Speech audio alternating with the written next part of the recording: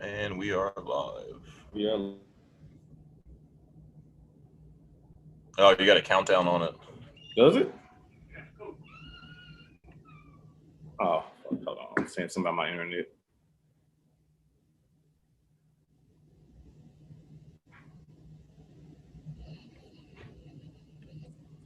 So it's saying something went wrong in the chat on my side.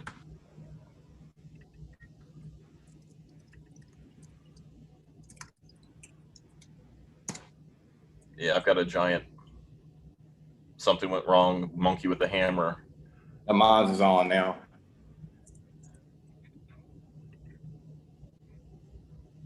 All right, we good. All right. See who we get popping up in here.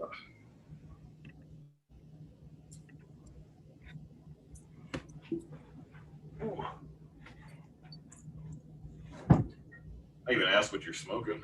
I'm gonna smoke this Placencia Alma Fuerte. I was jumping between that or the fancy Bellicoso. That's what I had last night when after that steak dinner when I had to. Which one? Oh, you did. I did see where you said that. I saw that. Yeah. I was like, you know what? If I got to drive to get Dairy Queen, I'm definitely going to have something good after that steak. Mm-hmm. What kind of cut did you eat? It was a New York sirloin strip, I think it was. New York strip, nice. Yeah, Mike, she went. What'd you say, James? So she went and picked it up, so I was busy, but I've mastered the cast iron steak, man. Just that's if I'm not eating a steel or a steak off of a grill, I prefer to do cast iron. But Nikki bought me a indoor grill for Christmas, which is nice too. You could do like air frying, air crisping, grilling, all kind of stuff on it. It's pretty nice. That's nice. That I'm old school. I don't need any of them fancy. Just give me a cast iron pan. I can go to town all day. That's how I feel about the grill. Like really, because the running joke is when it's raining or snowing or something outside, I'll be out there grilling. Like I can eat off the grill every day. How's everybody doing? Got quite a few in here. Ain't nothing wrong with that. All right, well. What's up, Ventez, man? B, what's going on? So as you guys see from the name of the title of the show, it's going to be called Black and White Ash, where we'll come on once a month. It'll be me and James, kind of giving you guys a little background information on what the thought process was for choosing the box. Various different topics too, like we'll be discussing some particular topics for today. We get that question a lot. I've gotten the question a lot behind closed doors. James gets emails about it, like what's the exact process of why we choose what we choose, what goes into that. So that's why we wanted to, come up here and give you guys another opportunity, because we also do for our members once a month a private Zoom. But we also know we have quite a few people that still support Black Line Luxuries that aren't necessarily in the Cigar of the Month Club. So still want to just give you guys an opportunity to see what goes on kind of behind closed doors, for lack of better words, and let you know what we got. Yeah, that's perfect. I mean, that's the beautiful part about our club, right? I think, and how we have this set up, Ron, is, there's no smoke and mirrors, there's no tricks. These are just good cigars that should be in hopefully every brick and mortar. They should be in your humidor at home. And, I don't say, it's not an easy process when we curate these boxes and with you leading the way, but, it's really cool just to be able to openly talk about our process, because there's no smoke and mirrors. It's, what have we smoked in the last, me over a decade, you over, 6-7 years at this point. What do we see coming out new with our connections in the industry? We tend to get cigars a little sooner than most people. That stuff matters, and it helps us really figure out what we're doing. So, like Ron mentioned, some of you had been asking privately to both he and I, how do we do what we do and what informs the decision? So here we are in this new segment, white and, what do we say, black and white ash? Black and white ash. You think I didn't know that, but here we go. Hey, this is the first episode, so stuff happens. But I guess before we get into it too, James, so I just want to ask you a personal question too that might be asked by some people in here. So you've been smoking for well over a decade. Nick's been smoking for God knows how long. So you guys have both respectable palates, been doing what you've been doing forever. I know you have an extensive background with smoking Habano stuff too. So I'm guessing a lot of people would probably ask you, all right, you're getting Black Line Luxuries off the ground, you're building up this company. You theoretically thinking about starting a Cigar of the Month club. What exactly was the thing behind making you decide to choose Ron as opposed to maybe somebody else? Because I get that question a lot too. People are, I've actually gotten that a couple of times. People are like, well, what made James choose you? And it's just kind of like, we've talked about it before. Like, I think that timing was a really big, important factor. Just when I decided to come in was literally perfect timing for when you decided to take over Black Line and start running it too. So, no, listen, there's no smoke and mirrors about it. So, I'm a type A introvert, right? And so I have a very small circle of friends. I'm very proud of that. I don't need people to keep me going. I work hard. My goal has always been my family first, and providing for them and being a generational change. Both my parents never went to college. My wife and I are the first college graduates of both our families. We both have our masters at this point. So I know who I am. It's kind of a long story. I guess what I'm trying to lead to. Like, I know who I am as a person. I'm not perfect, but I'm pretty damn moral. I'm pretty damn honest at the same time. And I look for like-minded people. Like, we don't have to agree on everything, but there needs to be a mutual ground for respect and somebody that I know whether. Listen, there's some things that are black and white. There's some things that are gray, right? And I look for that in the people in Ron. That was like one of the first things when I was watching your content. What I appreciated, like, to me at that time, you didn't have this inflection of being inauthentic, right? You weren't trying to force yourself to be funny. You weren't trying to force yourself to be some comedian in your cigar reviews, right? Those videos, it was like I really felt like I was connecting with you as a person, and I felt like I'm watching a guy who you can tell he's working hard, doesn't know. He knows what it's I say that you don't know what you don't know, but but you know where to look to get the resources. And to me, that is a fundamental pillar of anybody that's really successful when they're trying to build something off the ground, is because you will never know everything. And the moment you think you know everything, you just get the fuck out of here. It's just simple. And so I always got that from you. And so, like, regardless of your palate and what I thought of your palate at the time, what I saw was just a person that I really gravitated towards because you seem very like-minded, very moral, very driven, and I really gravitated towards that. And so then when I talked to you, when I reached out to you, just about Black Line in general, our friendship hit it off. And so at that moment, I knew ultimately I wanted to start a cigar club, and I knew how I wanted it. I had a good idea of how I wanted to position it. Right. And then one night, it just hit me that I was like, here's a guy, here's his goals. We aligned very similar. Oh, then he's got a really fucking good palate. And I'm swearing like an F-bomb tonight, so I apologize, but it is what it is.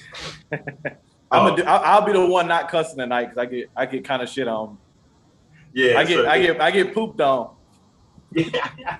Because, like, listen, it's the reality of some people are not going to like cigars that I like. You like cigars that I don't like. I like. And vice versa. There's cigars I like that you aren't too crazy about. But it always goes back to, I know your opinion is grounded in reality and or proof. You can say, I smoked the cigar 5 times. Here's what I do not like about it.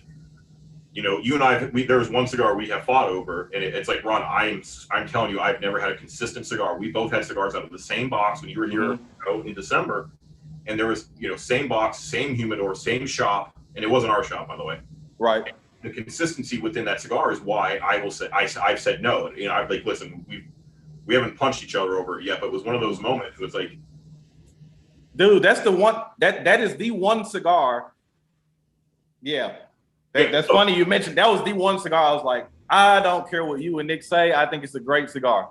All right, all the rest of them, I don't care. But this is a good cigar. Yeah, but that leads back to why I think I picked you for this when we were having this conversation. Is you understood that, like, this, I'm not just bullshitting you when I say no. There's an experience. I can back it up with proof. I can back it up, articles or industry things, and you accept that. Just like when I say, Ron, I really want this cigar, and you said no, I saw that early on, and I knew as a person you were that. And then your palate on top of that is what it is. It's respected, right? It's a very good palate. And then I'm just a big believer. Like I said, I have a small social circle because of my personality.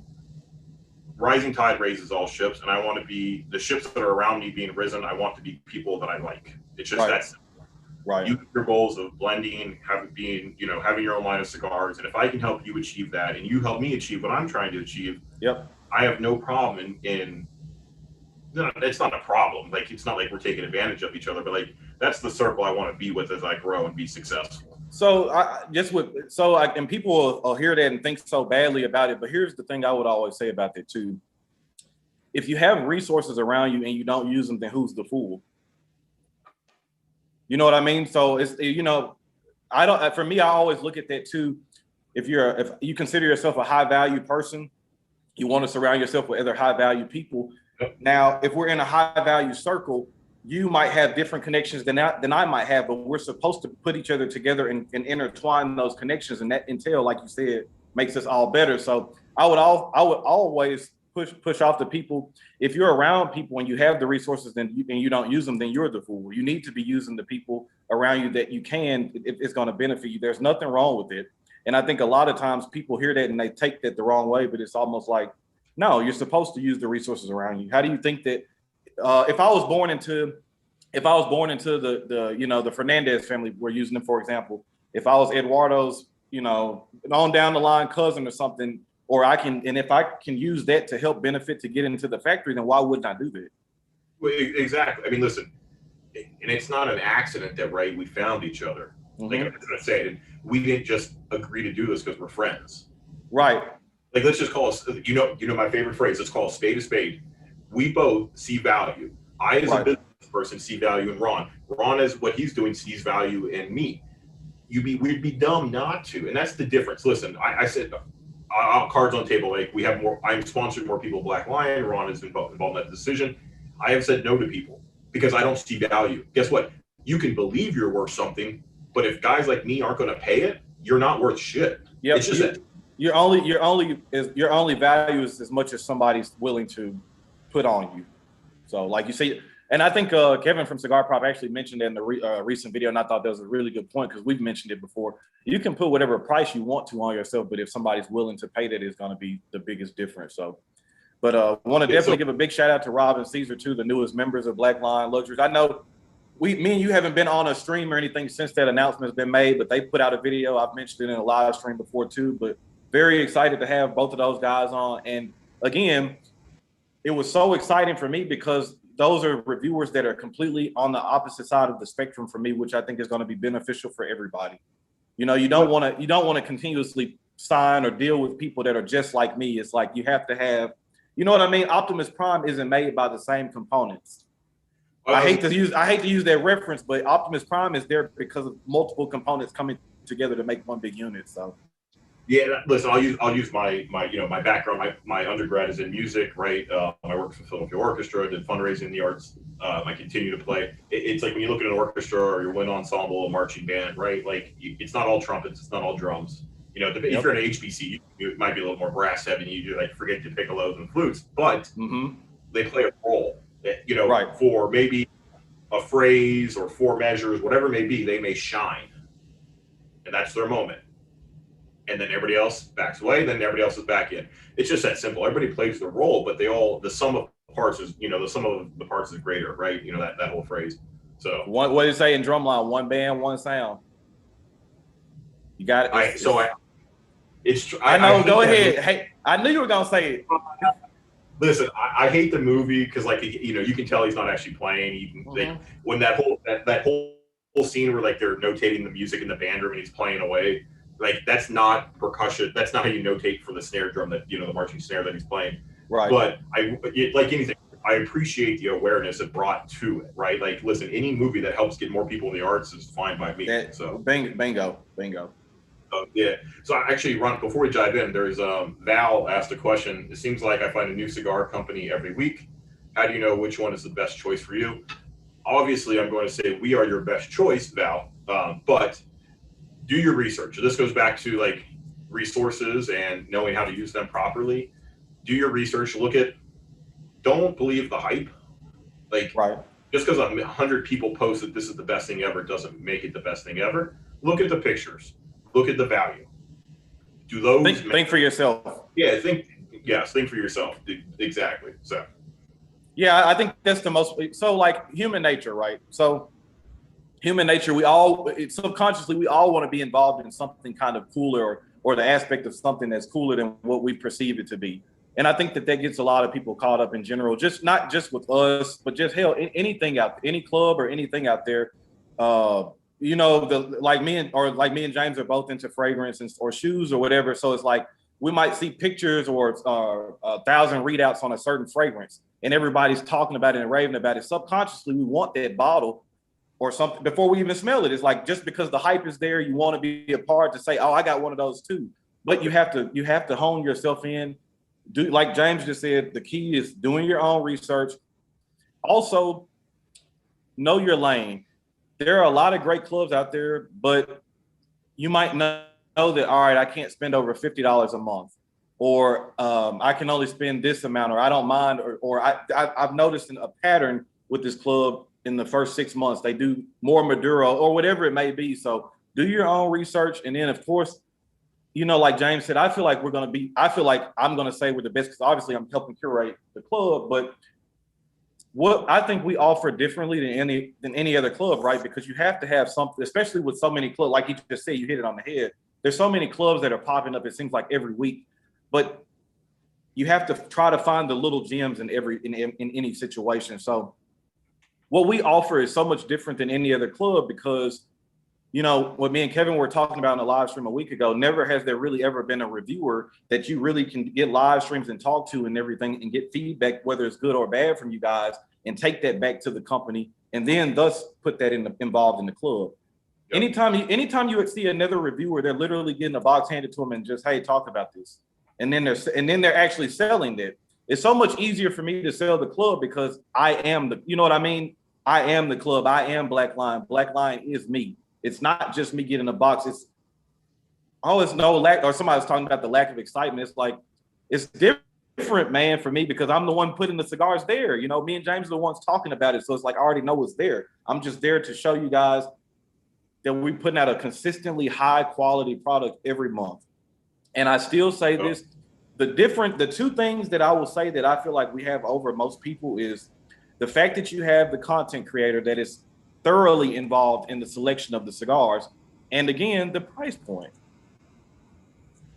There are some good clubs out there, but again, they're $50, $75. Some go over $100. For me at that point, and this is just no shade to anybody, but for me at that point, when it starts getting over that, I'll just do my own shopping or blind buy or make my own samplers online or whatever and do my own thing. Yep. So all right, so we got to be good because we actually have a time crunch tonight. We do, yeah. So end is nigh. Buddy, I'm blanking on your name, but if I remember right, you've got all the tattoos on your head that you're just finishing up. So I hope everything's well, man. So I'll address it. So kind of it's business. It's an industry standard to have reviewers on a roster, right? So to date, Ron he's not on the roster, right? Like he curates the fucking box. So for him, it's different. Yeah, so we have sponsored him before then. But so for me, we didn't really I don't throw money at people to review. That's just not who I am. I have not done that to date. What I do is I support, like I said, I support people who I like to be around and surround myself with. So if I look at like Caesar and Rob and Smoke and Lead, we've all talked for a very long time behind the scenes. We've been on their show. They've been on our shows. They're just good people. And if I'm going to make this company successful, like I said, I want to have people around me that I like. I genuinely want to smoke a cigar with these guys, even though they're down in Texas, probably freezing their ass off because they don't have electricity. But they're people I like. So I don't mind helping gain them exposure. And I don't, but then there's a business side to it too. They help me, but I'm helping them. So that's why Black Line I don't have 100 different people unboxing that hey, here's $500, please unbox. I don't do that. There are companies that do, and that's fine because they have the cash and the resources to do that, but that's also their prerogative. I have Ron, Ashhead is part of the team, Carson, and then now Smoke and Lead. That's all we have. And so it's kind of been an industry standard to do it that way, but I've been slow to go balls to the wall, I would say. I really just want to be surrounded by good people, and everybody fits that category, and I'm not in a rush to add them. Right. But it just made sense to have, you know, Caesar and Rob and Smoking Lead on board because they're good people, man. Like they do good cigar reviews too. At the end of the day, they're genuinely authentic. Like we speak on the phone. What you see on camera is who they are when they're on the phone. If you were in person with them, and so to me that matters more. So that's why, so other companies will do it just for exposure. Like this person can get me 100 new lights every month, or this person can get me 20 new members each month. If you ask Carson, Ashhead, if you ask, Caesar, or, Smoking Lead, Rob and Caesar, I've never had that conversation with them because that's not how I view the relationship working. For me, it is, you want to grow, I want to grow. How do we do this together? Yep. So there's quality over quantity, because like I said too, we could do that same thing and push out and be over 2,000-3,000 members quickly. But then again, what is going to be the cost of that growing so fast, so rapidly? Probably the quality of the cigars that we could get in. So you have to look at a lot of things. I like the way we're growing now. It's completely organic. Like you said, we're adding people, and it's so much better because we're not just, you can just tell when somebody's just paying somebody to do something, as opposed to when people are genuinely happy to be where they are. Rob and Caesar, Carson, these guys are like, and contrary, and some people out there aren't going to believe that too, but we aren't coaching anybody to say anything. No. James never coaches me. Hell, if y'all watch any of my live streams, y'all can tell that nobody coaches me. I just kind of talk and, Yeah.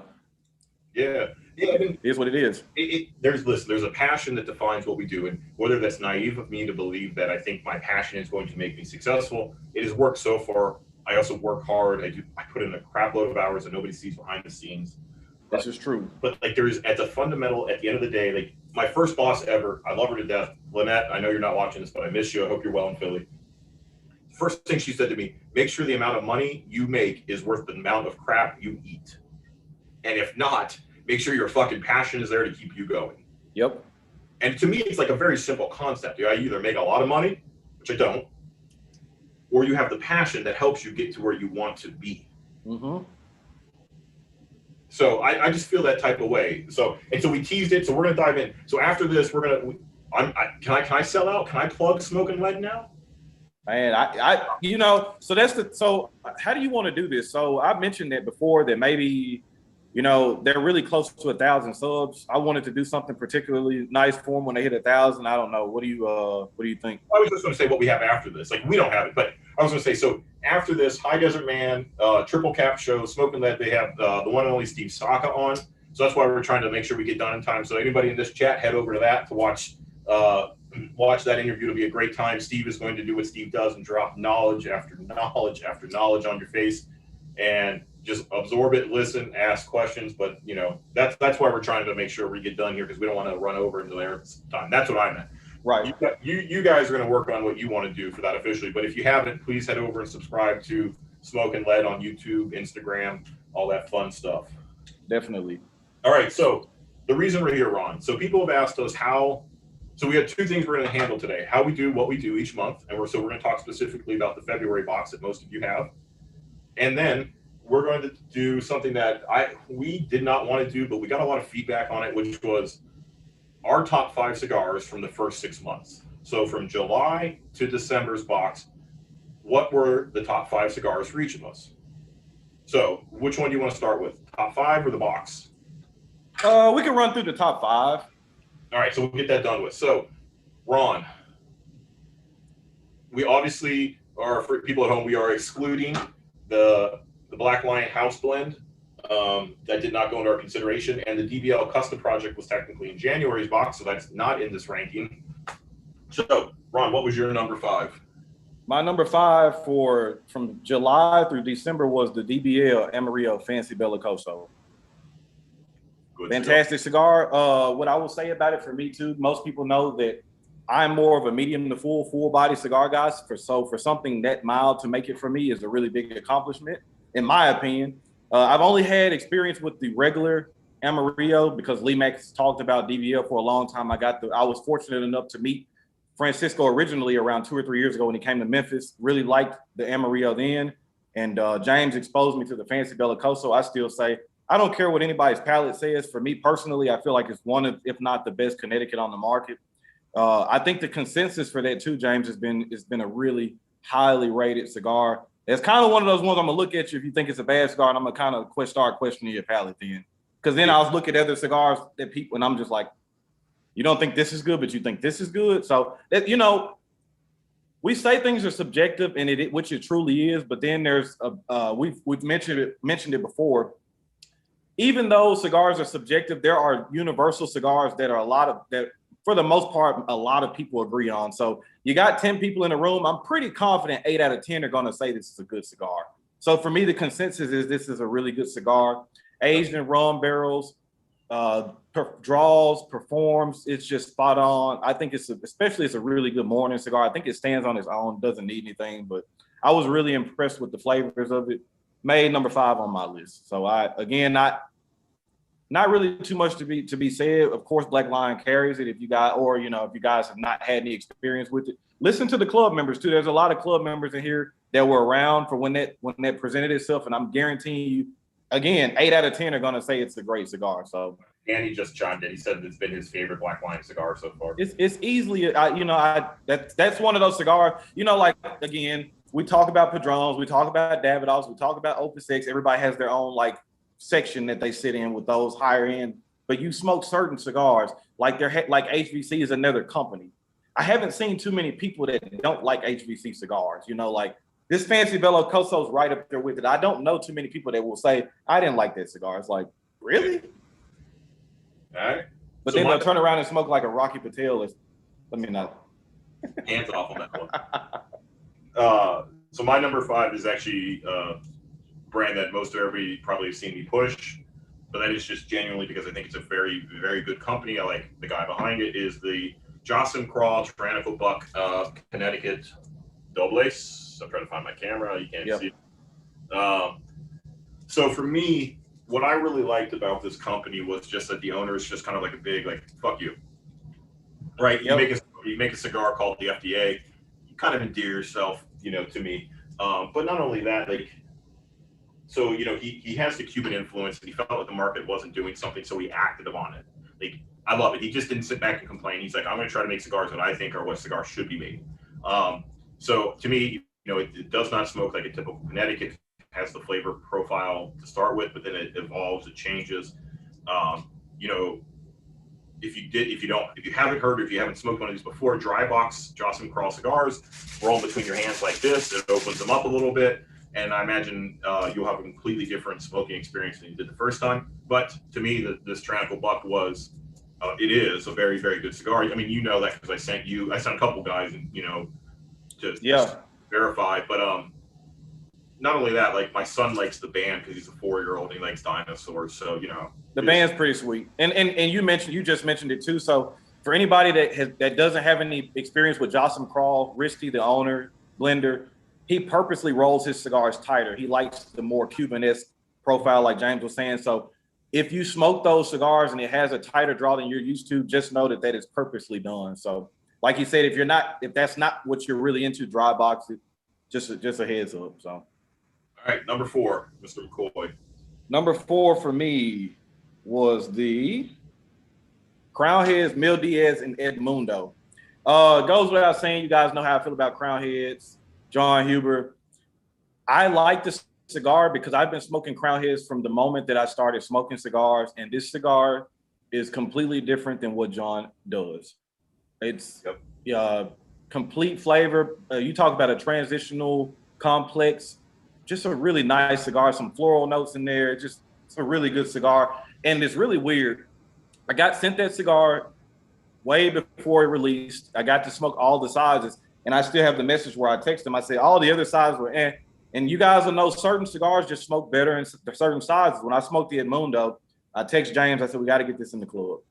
We got to get it. I'm really high on it. As you guys saw, that cigar was featured in the honorable mentions of my top cigars period for 2020. So no surprise, the Edmundo Mil Diaz by Crown Heads, fantastic cigar.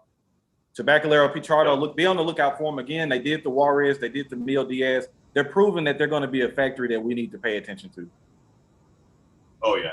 So my number 4 is High Desert Man Smoking Lead, the man in your hour, your whatever the fuck of the hour in the hour is the Dunbarton Classic Sin Compromiso, or Dunbarton Tobacco and Trust Sin Compromiso that we featured.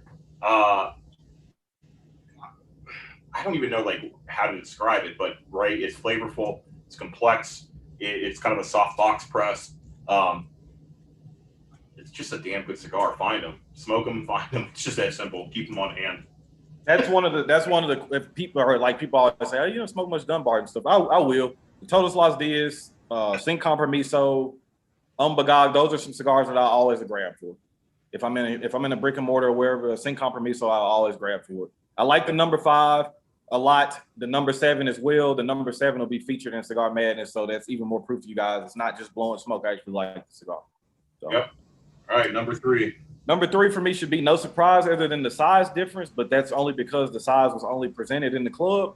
Number 3 for me is going to be the Aladino Corojo Reserva and Toro, Honduran Puro Corojo, which is funny because I know Rob from Smoking Lid was crazy about this cigar too. I remember the first time I had the cigar, I was down in Oxford, Mississippi, and because we don't sell Aladinos here locally. So me and Kareem went to Oxford, checked out a B&M there, had Aladino there. I picked one up and was really blown away the first time I smoked it. Like I said before, when you smoke so many average cigars, and the word average sounds bad, but for me, average is just good. Not exceptional, not bad, just good. So when you smoke so many average or just good cigars and you pick up the one, it's just like, you just got to sit there and look at it like, damn, they killed it. So Aladino Corojo Reserva Toro. If you guys haven't smoked it, the Robusto is my favorite size. The special edition is James' favorite size of the lineup. I would venture to say that they're very consistent. It's just a good cigar. Just a good cigar. What about you, James? You can just tell when people are using better tobacco. Just that simple. Yes. So that Aladino is just better tobacco, in my opinion, or better process. Yes. So you listen. My number 3 is one you already mentioned. Danny's already been in the chat talking about it. DBL Fancy Bellicoso, the Amarillo. This cigar, look, I don't drink. Most of you know that, so I'm a coffee and water all day long. So for me, I can smoke this anytime because I always have coffee paired with it. Ideally it's breakfast or it's when after a big meal, I'm winding down and I've got some dessert, just my dessert cigar. But I don't make bold assumptions or sayings often, but I agree with you, Ron, when you said if you don't like this cigar, you don't find it a good cigar, I would probably question whether or not I trust your palate. And I don't mean that definitely.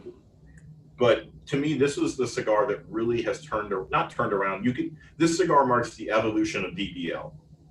This is the guy who this features his own crop. Finally, the factory conditions are improving for him. This is a cigar in the story of DBL that says this is that. And so Francisco just knows what he's doing, man. Yeah, and listen, I obviously have liked this a long time. And I didn't expose you to it till after we had started the process with Francisco for our custom blend. But this was kind of like my wild card. This is flavorful. It burns consistently. It's beautiful to look at in a time where most barber poles are gimmicky. And I don't say that. A very, very good assessment. I would agree with it. Yeah, this is not. This is a serious cigar that it just gets the job done, in my opinion. And I'm not it's funny, I've got 2 Connecticut's here, but they're both different Connecticut's, right? The Tyrannical Buck, not a normal Connecticut. This is probably closer to a normal Connecticut, but this is something special. So, all right, number 2. Number 2, I am currently smoking it right now. Anybody that's been following me from pretty much the beginning knows how I feel about this cigar. Plasencia Alma Fuerte, Generation 5 in the Salomon shape. Just crazy flavors, super intense. It's just,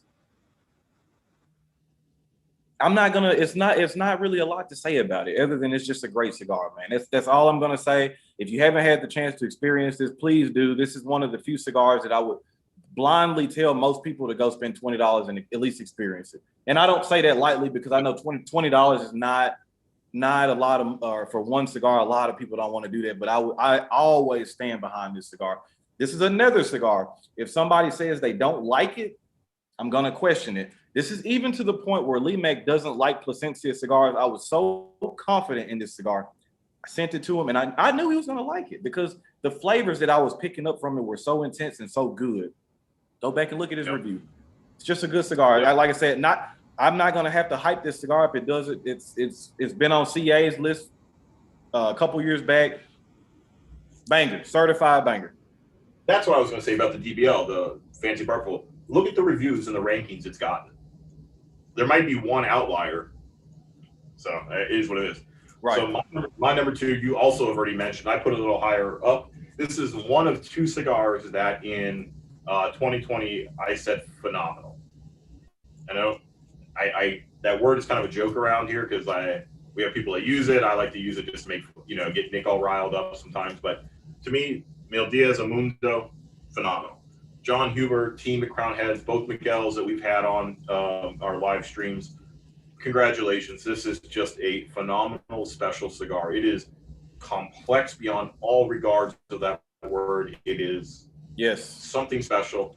You talked about that factory. Do your research. Look at the cigars coming out of that factory. They have some par sub $10 cigars that are just incredible. This is another one of them. Just congratulations. This Mil Diaz is something special. We don't toot our horns. Well, we do toot our horns now because I don't really care anymore. Everybody else does. Yeah. We were the first club to have the El Mundo, and that doesn't come lightly. That's John's relationship, or that's Ron's relationship with John. That's our relationship with Miguel, the broker, and Miguel Shodell of Crown Heads, who's the VP of sales. We worked hard to really make sure that we had that cigar first in the club, and I was very proud of that fact. Yes, definitely. All right, so the moment everybody, I don't know if they've been waiting for, but they asked. So, Ron, what is your number one cigar that we featured in the first 6 months? Number one should be of no surprise to anybody that knows me, and I'm just telling you guys too. Again, we've talked about price point, consistency, quality. You will not find another club that is $30 a month that is going to have a Padron 1926 90th anniversary natural in it. I stand by that cigar. It is not my favorite Padron, but it is right up there with it. My number one cigar of the year. It's again, I know Pariah is probably in the building. You know how Pariah feels about Padron, but this is one of those cigars at $20, $22. I don't have a problem buying it ever. I know when I pick it up, it's going to be consistent. It's going to be good. Not going to have any draw issues. Not going to have any construction issues. It just performs, man. It just performs. And I, it has a special place in my heart too, because it was a part of the first month. That first month was ridiculous, man. And for those that don't know, so you probably, if you look and you read and you watch videos, Ron didn't do an unboxing for the first 2 months. So Ron, technically was not officially on board, but he was behind the facts. I'm reading John Lloyd's statement. Ron was behind the scenes. We just didn't announce him yet because we had some other stuff we had to take care of. But I remember a message you got, Ron, month 3, your first month on board, that says, "I almost quit the club till I saw you were on board and you changed it." And I've been here the whole time. You sent me that message, and I was like, "Man, this person has no idea." But see, that goes back to what we were saying earlier: the perception, or just being a part of. You want to be a part of. You know what I mean? So I don't fault that person for that, because that's human nature. It's human nature, man. That is the epitome of what I say all the time. But you have to try to combat that and start thinking for yourself. Yep. That's what that's the perfect example.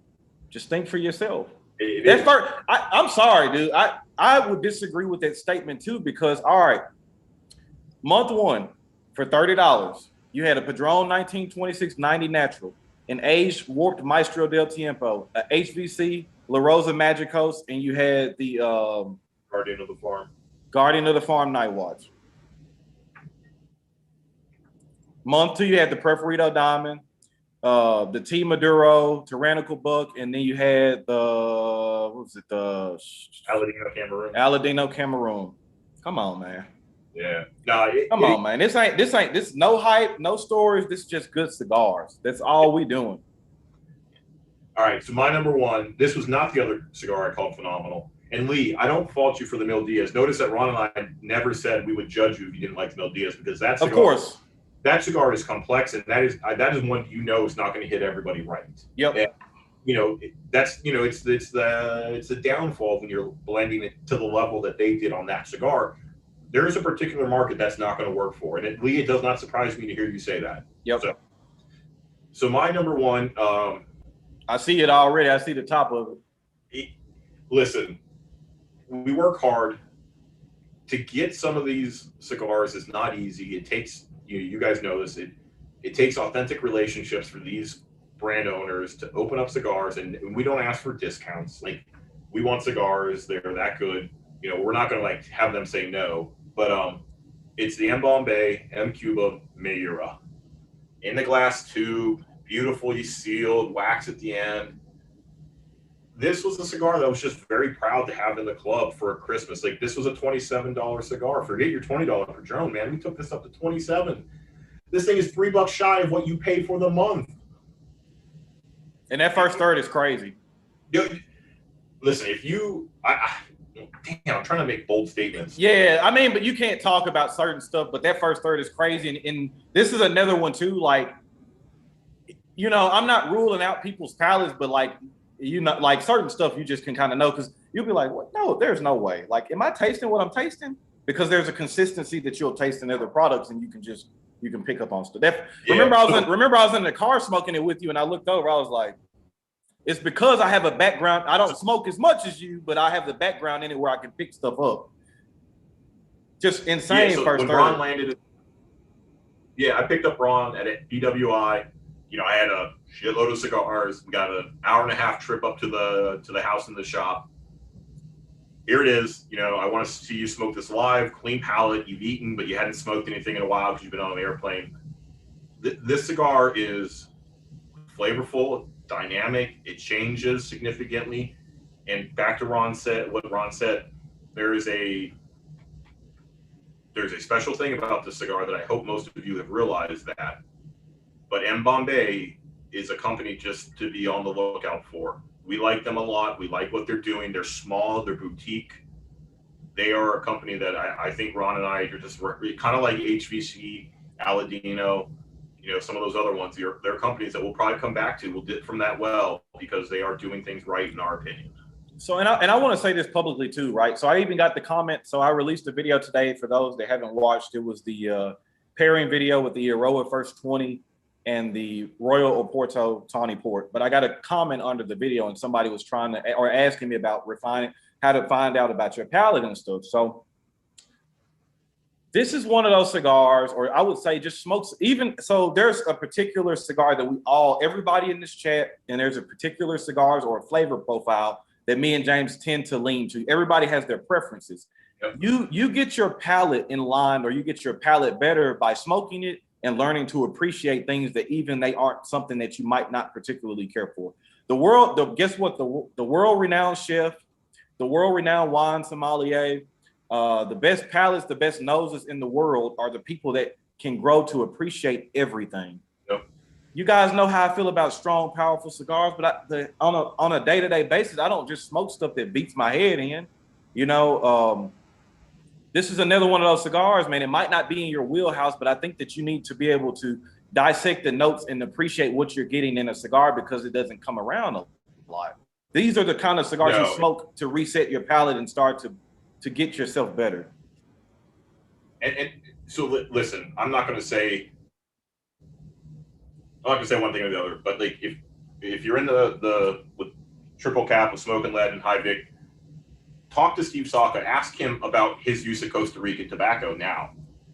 Tell me that a guy like Steve Saka, who's now using Costa Rica in a blend that he just came out with and admitted within the last 10 days, isn't being influenced by companies like M Bombay who roll in Costa Rica, use Costa Rican tobacco. Tell me that there's not a lot of guys that put stock in, but Steve Saka is one of them. A lot of big names using Costa Rican, Peruvian. Just got to start reading and start paying attention to stuff. Yeah, Lee's over here dragging me in the comments, man, saying that you know, brother, but you know, our palates are very different. But Mr. Bailey, give me till tomorrow evening, and I will have the RonReal and James top 5 samplers up. That's a great idea that I didn't even think about, brother. Yep. So, with that said, that's our top 5. Please don't ask us to do it again. I didn't really like that process. I sweated a little bit trying to like I didn't even put the Alma, you know, any of the Plasencias in. That Alma de Campo night, you know, the Alma de Campo smokes like a drone. It should have been in, but for me, when I was just looking back at it, it didn't make the cut. Yeah, I mean, 5 anyway. So. A lot of good cigars, like you said. I left out the Sin Compromiso. I left out the Preferido Diamond. I left out the aged Warped Maestro del Tiempo. That could have been easily in there. You know, I left out the Warped, and you know I love that cigar. And it had age on it. I took you to my honey hole. I cleaned up a little bit. We did clean up that day. All right. I mean, listen, we didn't mention the Illusion that we had in the club in there at all.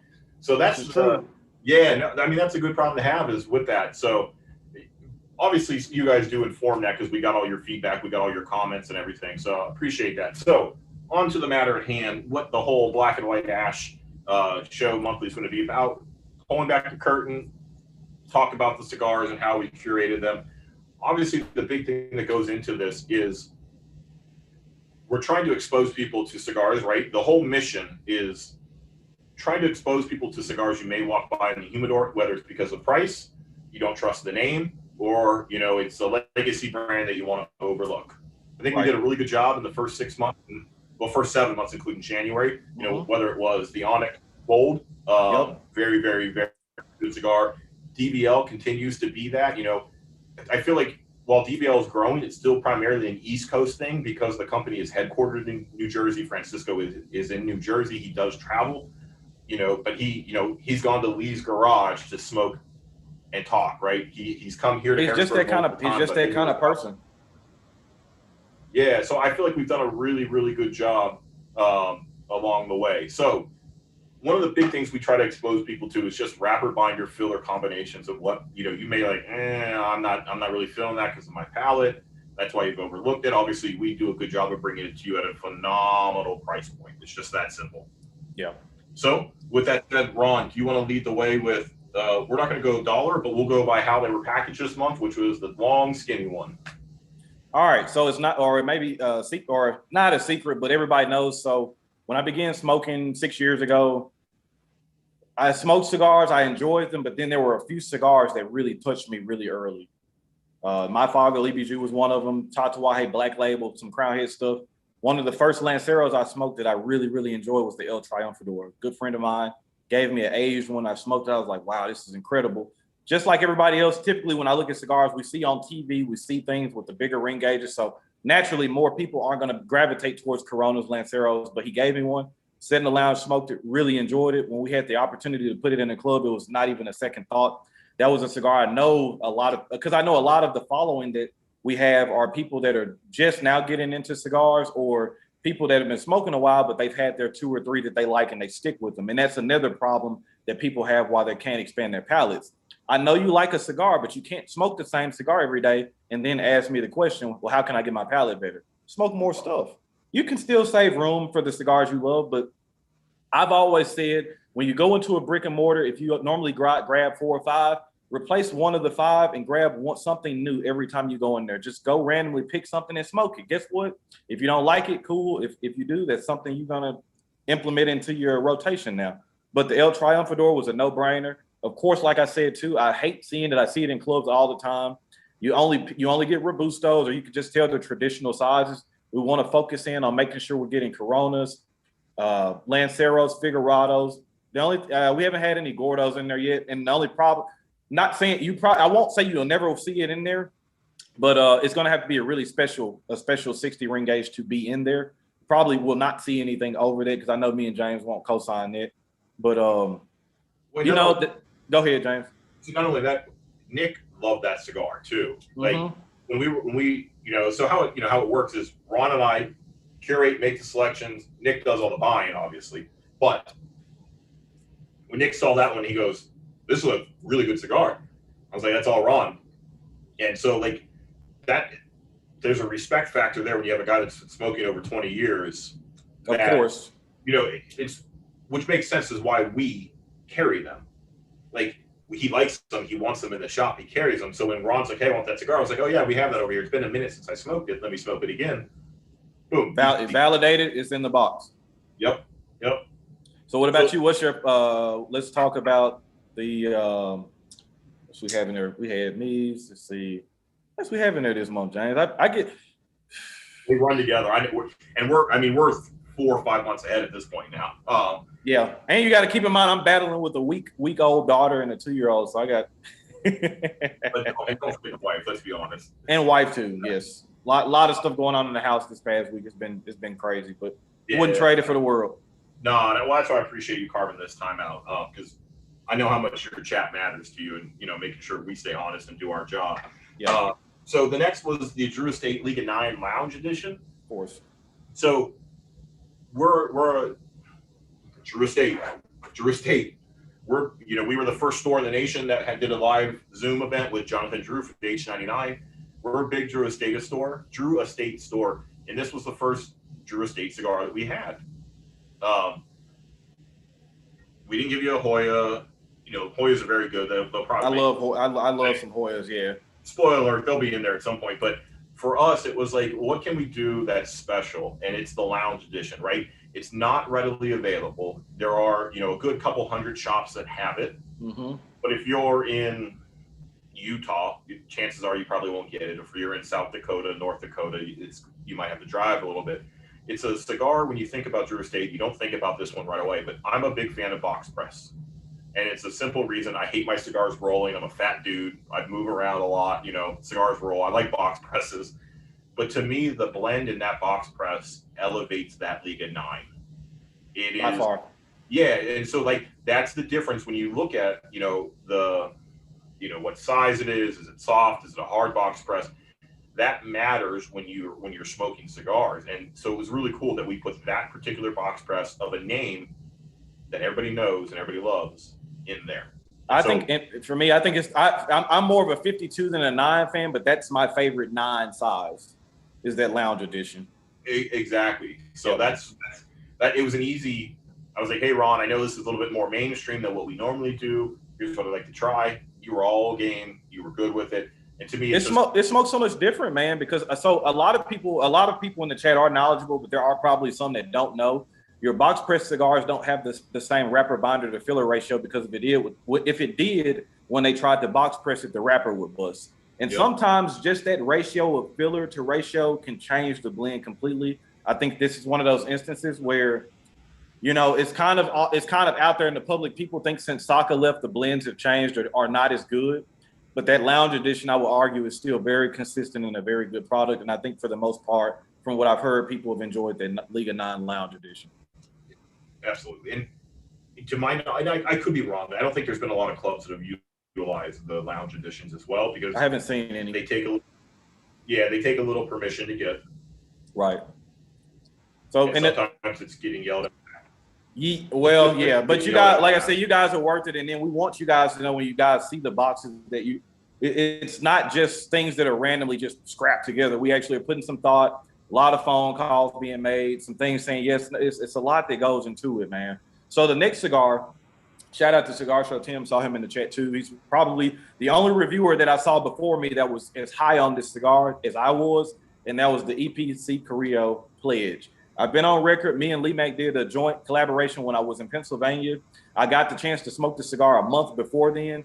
Was really high on it. Still am high on it. I still feel like that's probably EP's easily his best blend in my opinion. And of course, you guys saw that featured in my top 10 cigar of the years for 2020. Just a fantastic cigar. It was one of those cigars I knew I was like, hey, EP's a brand that's really looked over. He's a really down-to-earth, really humble guy, a lot of knowledge, been in the game for a long time. This is a cigar we got to get in the club because I know this is a cigar that many people are, if it didn't win CA Cigar of the Year or people aren't talking about it, people are walking past that cigar in a brick and mortar. Yep. And it's a shame because it's a really good cigar. So when I smoked it the first time, I text James. He said, "What do you think between both sizes?" I said, "They're both good.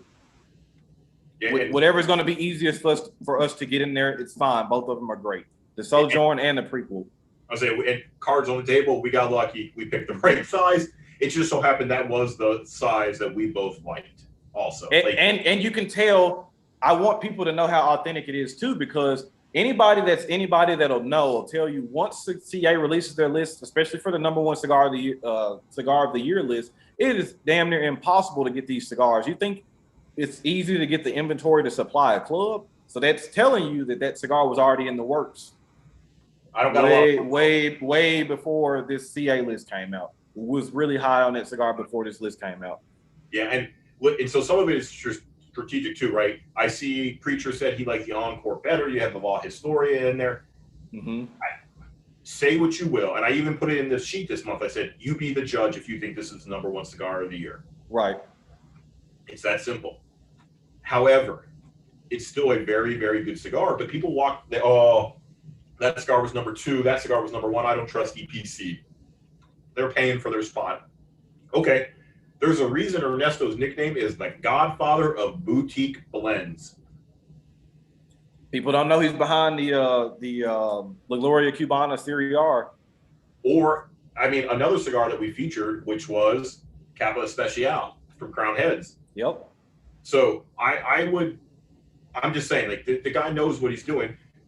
Shameless reminder, if you're a club member, next Sunday, 21st at 6 p.m., we have our monthly private Zoom with Ernesto himself. So if you, like, really hate that damn cigar and you're like, hey, I'm going to give it to him, come on in. You can say it to him if you're a club member. You know where the link is at. It's in your email. I'll send a reminder. But I am ecstatic to have Ernesto.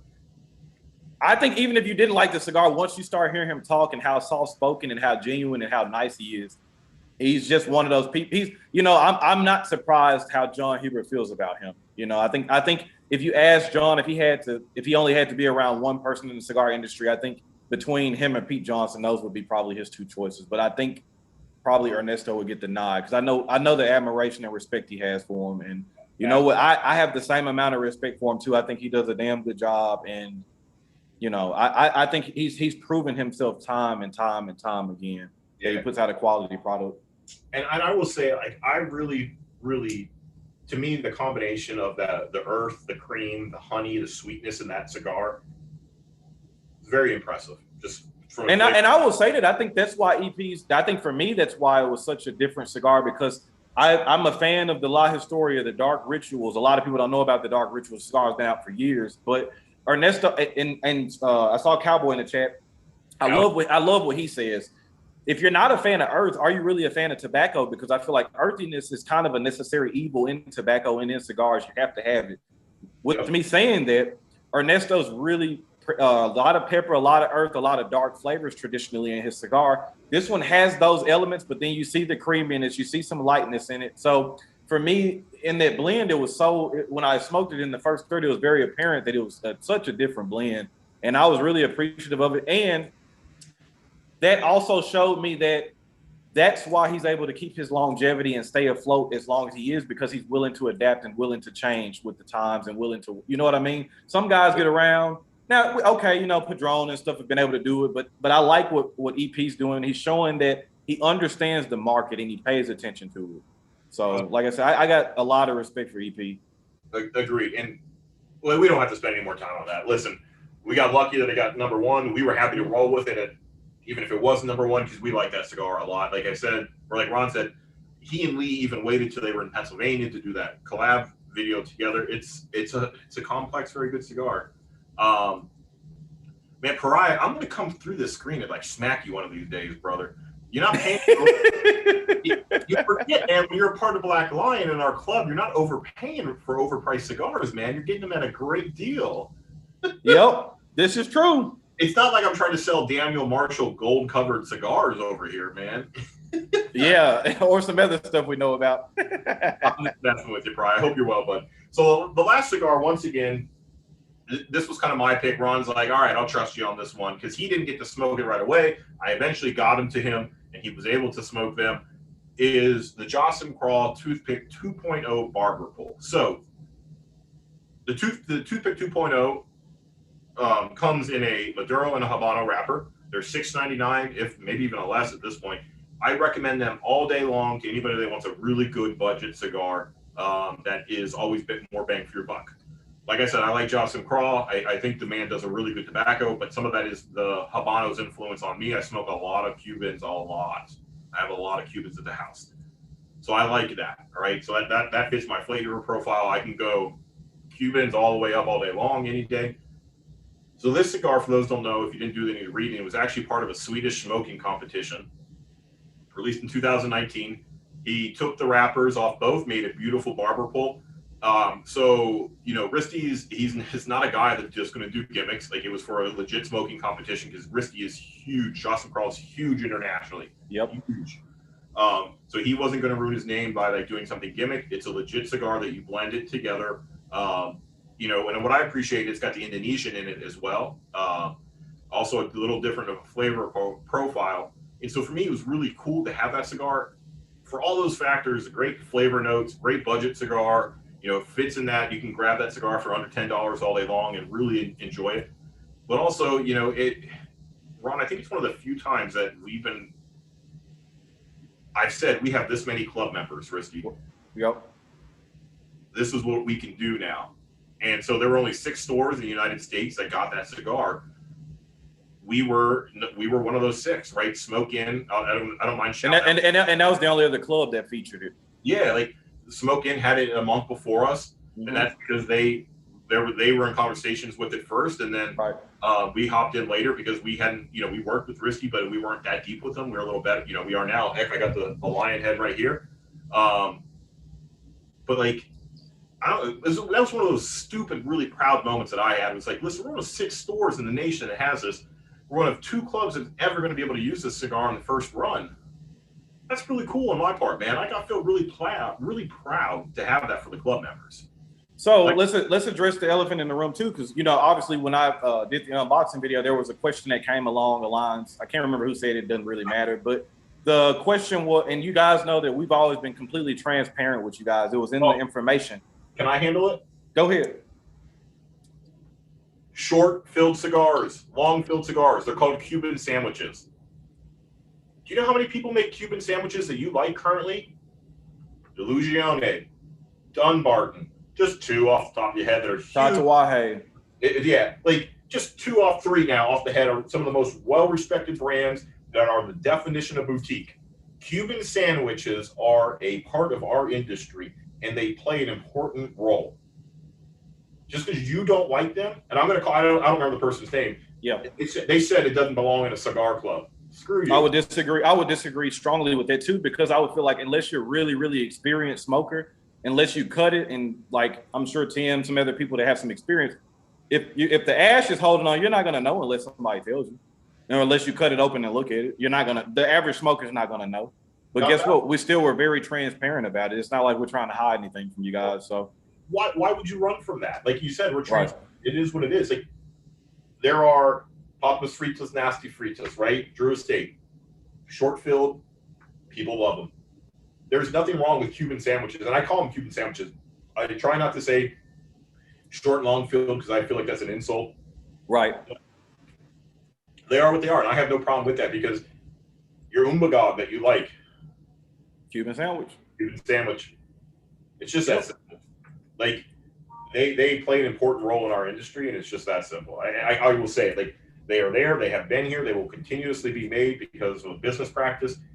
But they're not just used to flush out cigars that you're going to get pissed about. They have stayed. And that's what I was going to say. The quality is still there. It's a difference between making a Cuban sandwich from the leaves that are at the bottom of the pilon, right at the floor, where all the pesticides and stuff are, or as opposed to like Saka's umbagog, where he's telling you these are trimmings from Sin Compromisos, Todos los Dias. It's just the trimmings put into a cigar. Yes. The tobacco, the fermentation is still good. The tobacco is still good. It's still a good cigar. But again, somebody in their head just thinks because they see Cuban sandwich, it doesn't belong in the club. And then, like I said, okay, even if we were to scrap that one cigar, you're still getting the value of your club in those 3 cigars. Yeah. I stayed away from that comment. It is what it is. I privately. But you know how we are, though. We tackle stuff head on. Everybody's not going to agree with you. That's fine. But at the same time, I've never shied away, deleted comments or anything. I always will answer them head on. Guess what? Sometimes I'm wrong. I'm not right on everything. That's one of the ones I will strongly disagree on because I've smoked a lot of Cuban sandwich cigars that sit in my humidor currently that I think are good. So,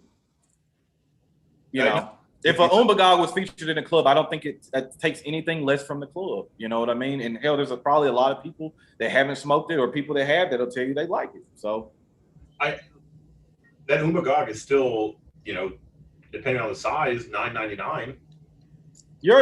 For me, your enjoyment factor is the most important thing in whatever cigar smoking experience you have. And that was the initial response. The first part of my response was, did you enjoy the cigar?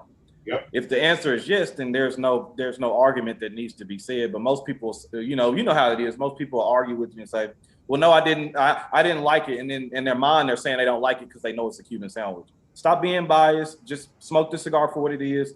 That's why for me, I don't put price in a lot of my ratings and stuff. It's like, just smoke the cigar for what it is. Is it a good cigar? At the end of the day, if I just have one thing to say to everybody, is it a good cigar? Yeah, no. So there's a couple people smoking, man. You got to turn your caps off, brother, please. We don't worry about what everybody says, but the problem is there are people, we addressed it earlier, they buy into the concept of what they think is appropriate or right, rather than letting their palate and their experience dictate what is right. Yeah, and I would say it's not really so much worry because, right, like at the end of the day, they're not going to stop anything that we're doing. The problem, preacher, with that comes from people that are newer or less informed see that, and then they form that opinion based off that comment, and then thus you're spreading bad shit into the community. So the problem with that is trying to combat bad information or just wrong information. So that's where the concern for me always comes in when I see comments. It's like, it ain't even really more so with me because you're not going to change my opinion. I felt strongly enough about it to put it in the club or to agree to it. But don't spread bad information to people that are going to potentially see this. I'm always root yourself in facts. So I boiled it down to this simple concept. JSK and Risky's been in business 4 or 5 years now. Mm-hmm. He's still on the up and up. He's still trying to make his mark, still trying to grow. Do you really think he's going to try to ruin his reputation over one cigar? Right. He's going to put out quality every time. So that's where it's coming from. And Priest, kind of what you said, I don't get the comment. And the reality is they don't run our company and they're not in the club. The people that matter to me, Ron and Nick and you guys, right? Sorry, you guys in the club. Sorry, I don't mean to insult anybody else not in the club in the chat right now, but your guys' opinion is what drives us, right? You don't think Ron and I ghost watch everything. We see comments, we see videos, we see chats. Your guys' smoking habits inform us. Because Lee said, Lee is prime example of it. I would say Lee, 65 or 50 to 60% hits your palate and the rest doesn't. We take that into consideration because if we have a cigar that bombs 100%, we're not going to do it. We're going to try to do our research ahead of time to make sure that doesn't happen because it's not a good business model. Right. Just because we like it though, but we know it's going to bomb for a lot of reasons, we're not going to do it. But you guys matter. So it's funny, it doesn't belong in a club because our goal is to inform you of cigars you may walk by in a humidor, that you may overlook, that you may have not smoked. So it sounds like that Cuban sandwich, any of them, like the Tatuaje Series P fits in it. I said, listen, you know what cigar I sell the most of that I don't ever talk about? Fuente Curly Head. It is a budget. We go through boxes and boxes and boxes. Cuban sandwich.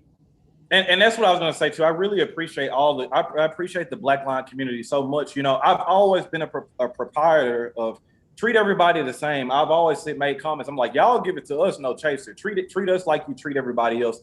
I have without a shadow of a doubt, if we put a bad product or in there or a cigar that's Lee Mack and me are very close, he's like, hey, I know you love that Mundo. I didn't. And Priest, Octavius, there's quite a few members in the club, Mystical. These guys are going to keep us true and honest. And just John Wilhoit, there's a lot of you guys, Carson.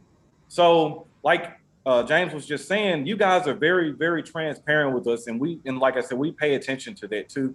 And another part of that comment was, for me, that I would address is if that one cigar is the cigar that's going to make you dismiss the club, then you probably were not needed in the club anyway. That means that to me, that's showing me you don't trust us or you didn't in what we're doing, or you didn't do your homework. Right.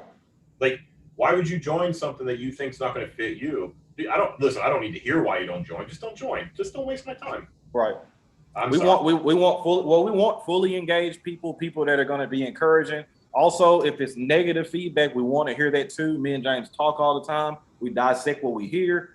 And of course, we take it according to plan and go from there. So, that's why I say I see content creators that do that too. It might be something negative and they'll delete it or whatever, or they won't respond to it. I'm not one of those kind of people. I always will try. I'm not trying to change the world or try to change everybody's opinion, but I will address things unless it's something malicious or something like that. But I always try to address things, even if I don't necessarily agree with it. So, no, I feel you. So it was funny. That was not the cigar I thought we'd get flack on. I thought it sure would be the League of Nine. Be like, why the hell you put that in here? But it was right. It was the Cuban sandwich cigar. But that's fine. Listen, you don't want them, I'll smoke them. There are enough people in the chat that have bought more that like them and smoke them. They're a very good cigar for that price point. So, all right. So we got a couple minutes left, Ron. Yep. we got any last minute questions in the chat before we ask everybody to head on over to catch Steve Saka with the boys at Triple Cap? Make sure you guys are subscribed to Smoking Lid. Like I said, if that, like I said, we have a completely different reviewing style, but they are a part of the Black Line family. So if you are a Black Line family, you guys need to support other Black Line luxury team members as well too.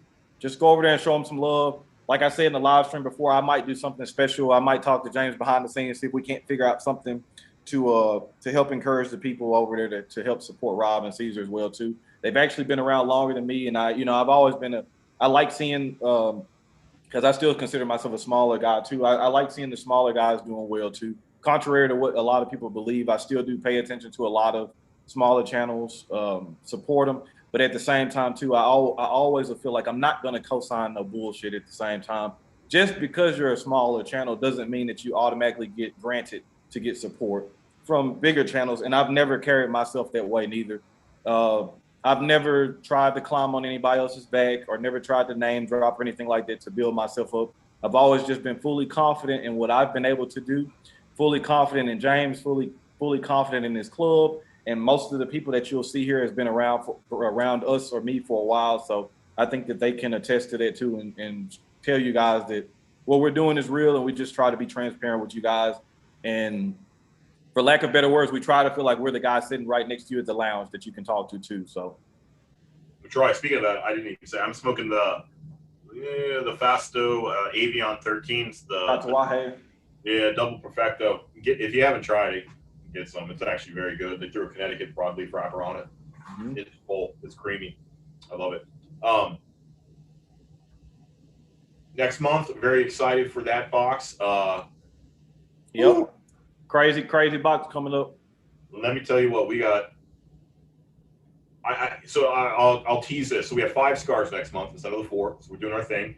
Yep. So once again, if you have friends on the fence, let them know, because it could be a good box. I imagine it's going to fill quickly. The reason we have 5 is because Ron and I could not agree on an anchor. And so I said, fuck it. Let's do his and let's do mine. So they're different sizes, different wrapper from the same company. Because he liked his and I liked mine, and we couldn't come to an agreement. And I said, we don't have to compromise here. We can give the people what they want and let them have both and see what they like.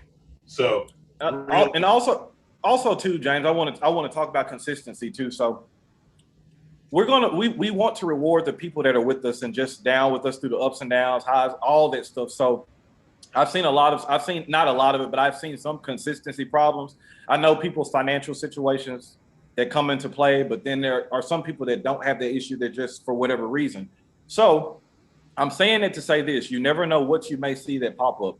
January, we had a nice lighter, the custom blend. This month, it wasn't anything special. It might be a sticker, it might be a cutter, might be an extra cigar. You just don't know what could pop up. So this is one of those things that it's going to pay to be consistent. And that's the way I try to take myself through my life.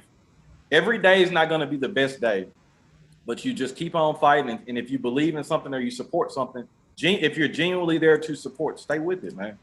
You'll get rewarded in the end. I will say this to those listening, I appreciate you all, but we are probably gonna have a policy change. We've had some people that are in 1 month, quit, in the next month, quit, in the next month, quit. It is what it is, right? We probably are going to be enacting a policy because we're probably at a cap here soon. I'll be honest. There's a lot of people that have been messaging trying to get in too. Yeah, it's real tough right now. The cigars are still they're getting back to full capacity. I saw pictures. There's 2 factories finally at full capacity the last week. So that means 6 months from now, we might finally feel that effect of cigars at regular production again, or full production. But we're probably going to put a cap on it soon. And we are probably going to make sure that if you quit every other month, you might not get your spot back, because I really, really, really want to. Yeah, we want to reward consistency. And for me personally, I'm comfortable with saying that I'd much rather reward the person that'll wait and come in and be there with me, James, and Black Line for the long haul, rather than somebody kind of bouncing back and forth. Yeah, whether right, wrong, or indifferent, man. Stick, and even if it's not us, I'm just saying in general, stick with what you believe in, man. Just stay with it. Well, and some of that's stemming from when we did the custom DBL blend, right? You guys know it only got sold to members. I had a limited number. A lot of non-members are upset. I had one dude who was a member quit, tried to say I was a member, I should get this. It's like, brother, you didn't get that box. You quit the month before. You didn't stick with us. You didn't, you weren't in. And so that's kind of where this is coming from. To me, you guys believe in us. You believe in Black Lion, what we're trying to do. And I'm small enough as a company that I can say, it is what it is, man. Whether it's the right business practice or not, there's some business trends I don't care to follow. And I want to make sure I reward those that have been in from whether it's month 1, 2, 3, 4, 5, 6, 7, but you're in and you're part of it. But Mike, I just saw your comment. Mike, but you let us know, man. Like, you didn't say you were quitting because of X, Y, and Z. You're like, listen, I'm struggling right now. And then, Mike, you asked me, you're like, when's the soonest can I get back in? And somebody didn't pay. And Mike, you were my first message. I had a spot for you because somebody else didn't pay and they quit. And that's fine. But like, that's the difference, man. Like, you didn't quit every other month. You'd let us know, like, hey, I'm cash strapped right now. Life is going to hurt. So you did. Right. And that's what I was going to say too. Mike, you've been around me for a while too, man. Like I said, we're not counting pockets and stuff. I know things happen. People have lost jobs. People have been out of work for a while. We understand. The problem is you've seen people month to month or something. It's just like, we won't get into further details, but you just like Danny, shout out to Danny. Danny says it all the time. This is just in general through everything in life. Somebody's always watching you, man. So, wait, like if I hate doing this, man. Like, it's just not my comfort zone. There is another bigger club, not the biggest, but a bigger club, right, who literally copied our white box and stamp. We are that phrase you hear all the time. We're applying pressure. I hate it. I'm just not that guy to use those cliches. Like, I use cards on the table. I say that, all the time. But people are taking notice of what we are doing because of you all. Yeah. I want to make sure that you guys get rewarded for that because you're changing the industry. And it's through the word for 2021 is the same that I used for 2020. Everybody in Black Lion, y'all keep this word in mind all year long. Consistency. It's because if we were one of those flash clubs that kind of you saw the first 2 months, then just really start tanking but we've been really consistent. I can say that about this club. I can say that about James. Most people that have followed me can say that about me. It's just consistent. So keep that. Craig, you're seeing the real James. This is the James that I keep hitting. Like, I told Ron, like, first time we're in person, we had some business conversations and it was not pretty. It was life, Yep. You're mapping out the club, how we do this, X, Y, and Z. And I just flat out told him, I'm an asshole. I'm nice. I mean, and I wasn't the nicest person back neither, but like at the end of the day, we both realized each other's value and the importance to each other, and we got the shit done. But it came from, we're both principled people. Like, that's right. What, I will stand on my morals all day long. Trust me, man. I can back up every decision I make because I'm a lifelong learner. I believe in watching the market. I believe in actually listening to feedback. And so, like, I don't get the drag. Like, I don't get the crap that Lee Mack goes through or Ron goes through or, all the sellout shit the last couple of weeks. Like, I don't get that. Like, that's not my wheelhouse. But you're sure shit no, when I make a damn decision, it's based on I've done the market research and I can back it up to the T's. You're not going to come at me with BS and win. Like, I will drag you down with facts, figures, and knowledge. So I just, it is what it is, man. Like, because at the end of the day now, I have a product that I can stand on. I got a guy next to me and Ron that I can stand with.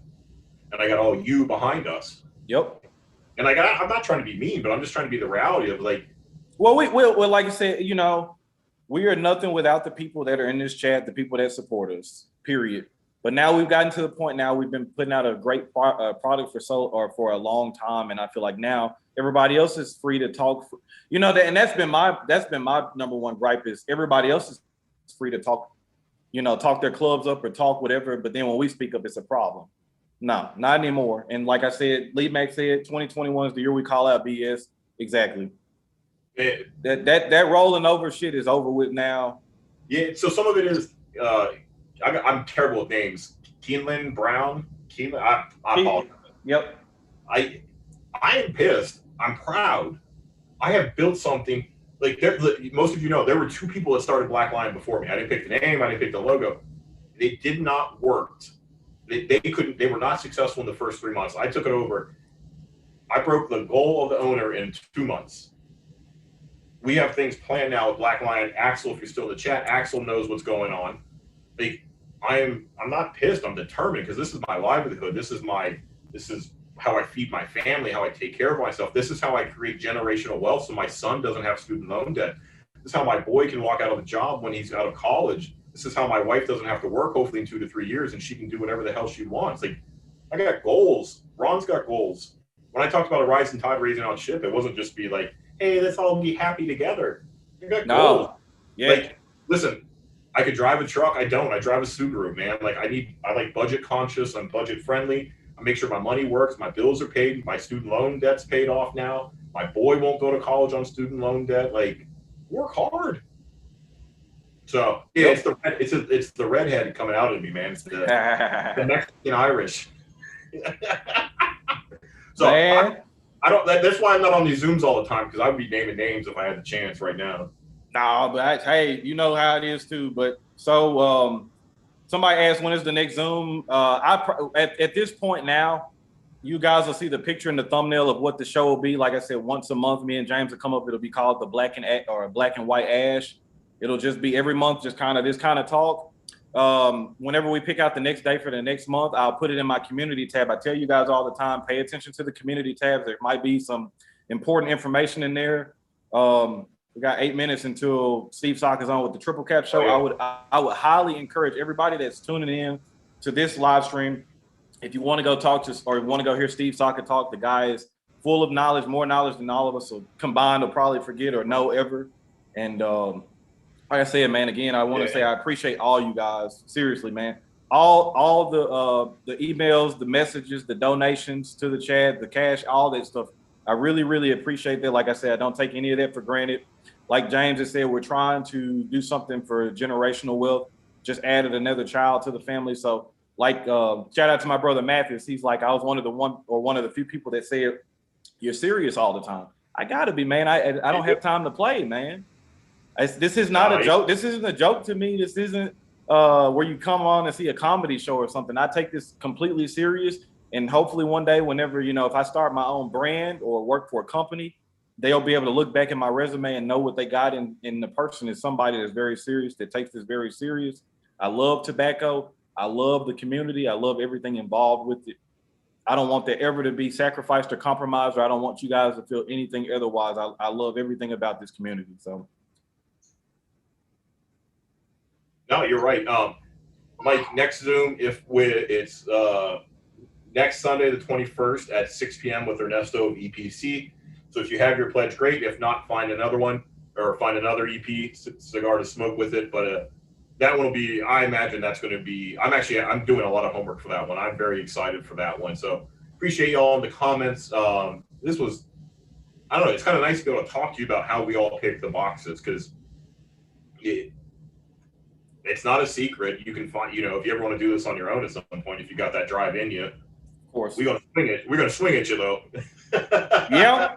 But with all that said, folks, peace. Y'all have a good night. Thank you for joining us tonight, being part of the family, being part of Ron's army. You know what to say, Ron. Hey, before I say that too, John, I appreciate that donation, man. You already know how I feel about you, man. It's one of the special guys in my life, man. I appreciate everything he's been doing. That guy's a real deal supporter. And we got quite a few of the guys in the chat that are real deal supporters. But with that being said, man, y'all know the name of the game is relaxation and enjoyment. And damn sure don't forget to be driven, never motivated. Y'all keep applying pressure to this community, man. We're going to get bigger, greater, better, all that good shit, man. I love you guys. We will see you next month. Y'all be good. And John, yes, I have boxes of that League of Nine. Just message me. Always hustling, baby. See y'all later, man. Y'all tune in to Triple Cap. Triple Cap.